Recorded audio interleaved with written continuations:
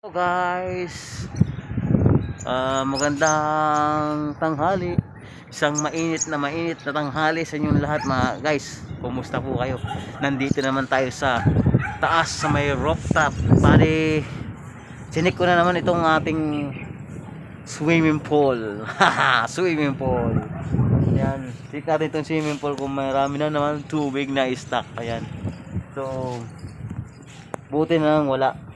Yan, dahil sa ulan ng ulan, pwede itong maistakan ng tubig na naman kasi once na nagbara itong drainage, yan, itong drainage, yan, siguradong maistakan ng tubig yan. So pre, walang stock, walang barado. Yan, magandang balita to. Yan. Kasi minsan talaga naman hanggang dito na stock ng dati, umaapaw na dati. Apaw talaga yan. Buti na lang hindi stock ngayon ulit. So yung nakaraan na naman, check din natin to, di ba? Ayan. Ayan guys, isang mainit na tanghali sa inyong lahat. Grabe. Kung dito ka tatay maghapon na walang balot, sigurado bahala ka sa buhay mo. Sinuglog ang abutin mo. Magigig ang itim. Tindi ng init, grabe. Tapos sobrang tindi ng init, ano yan. Tapos magiging kapalit yung yung ulan. Halimbawa na Hindi totoo yan. ngayon ito nainitan ka, tapos bola lang yan. patay ka. Sigurado. Ano ka nasisira, ulo? Abutin ito. Maganyan. Bahala ka sa buhay mo. Abutin natin ng Ginusto mo pag yan. itong panahon na sobrang init, tapos mauulanan ka pa. Yan, grabe yan. Kaya ingat tayong lahat guys. So sa sobrang init, huwag tayong magpainit guys.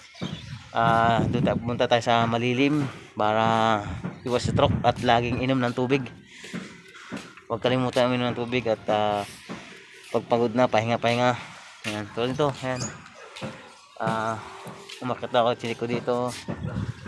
Wawalsin ko sana kung mayroon. So okay naman, wala. So ang gagawin ko naman dito guys, yung sa baba, magdidilig ako ng halaman. So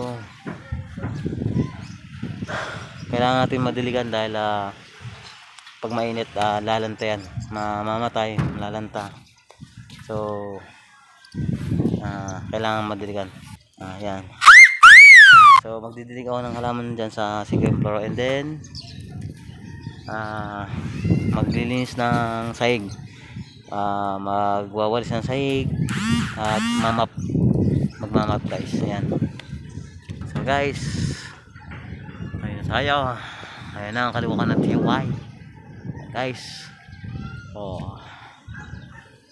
Maraming salamat sa inyong panonood at suporta. Sana nagustuhan nyo itong maiksing vlog guys.